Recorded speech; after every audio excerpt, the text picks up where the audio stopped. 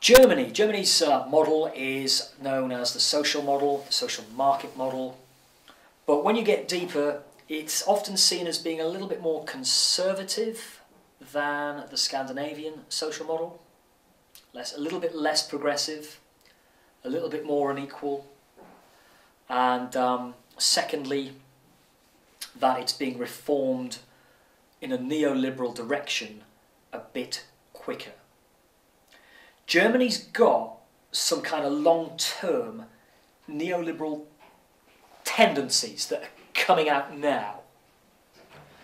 And those tendencies are rooted in the experience of the 1920s, when Germany went through a very severe inflation after World War I.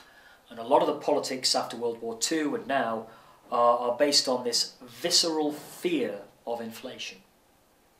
It's held that if inflation gets out of control, you get sort of crazy politics, social breakdown, and extremism. You get Hitler, yeah. So because of that, after World War II, one of the tendencies in Germany was to say we must not allow that to happen again, and that means that we have to have a policy which controls inflation very tightly, so that it's never beyond control. Now that's a kind of conservative and neoliberal sort of principle. But, if you look at the whole model, there's other things happening in the model. So, one of the things that's happened after World War II is that job of making sure that money stays stable and inflation doesn't get out of control is the empowerment of the Bundesbank as an independent central bank to limit the growth of money, to curb the money supply, to control inflation in Germany. Now this was successful, brilliantly successful, because Germany had such a low inflation rate.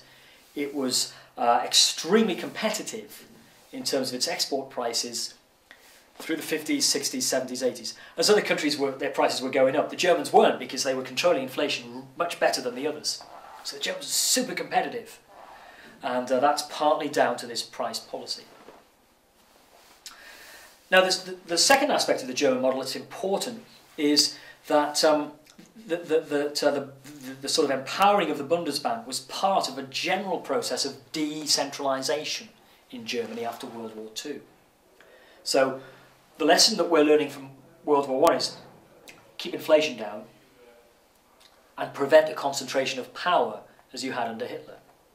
So in World War II, partly because of the way the Allies set Germany up and divide it up, but also partly the political development in Germany, what you get is the emergence of the federal system, where there's a great deal of decentralization of power and policy to the regions and to different geographical districts in Germany. So decentralization of power is the second big strand of Germany's social model, because not only did they do that politically, but they did it economically. In other words, that rather than have the state, as in France, controlling economic decisions, in Germany, these decisions are decentralized, not to the market, but to the social partners. The social partners are organizations representing employers and trades unions that every year sit down and negotiate, major, far-reaching decisions and bargains about how the economy will work over the year after. So the power is being devolved to these two groups, and there's a rough equality between them. In other words, the unions are listened to. They've got some kind of institutional power, and they are listened to. It's a relatively equal partnership, and it's a very kind of constructive thing to get them working together. So Germany, in some ways, is rebuilt through these social partners working really well together, very cohesively, very coordinated fashion. We sometimes call this corporatism. But remember, what's happened is power's been decentralized to them. Now they're going to ask the state to help them to achieve certain outcomes, and they're going to ask the state for some money to do this, that, the other. But the power is with the social partners. The state is there to help them. It's sometimes called an enabling state. An enabling state. So we've got our low inflation, we've got our decentralized decentralisation of power. Bundesbank looks after money.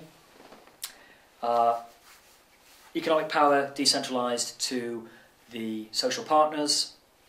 Political power decentralised to the regions.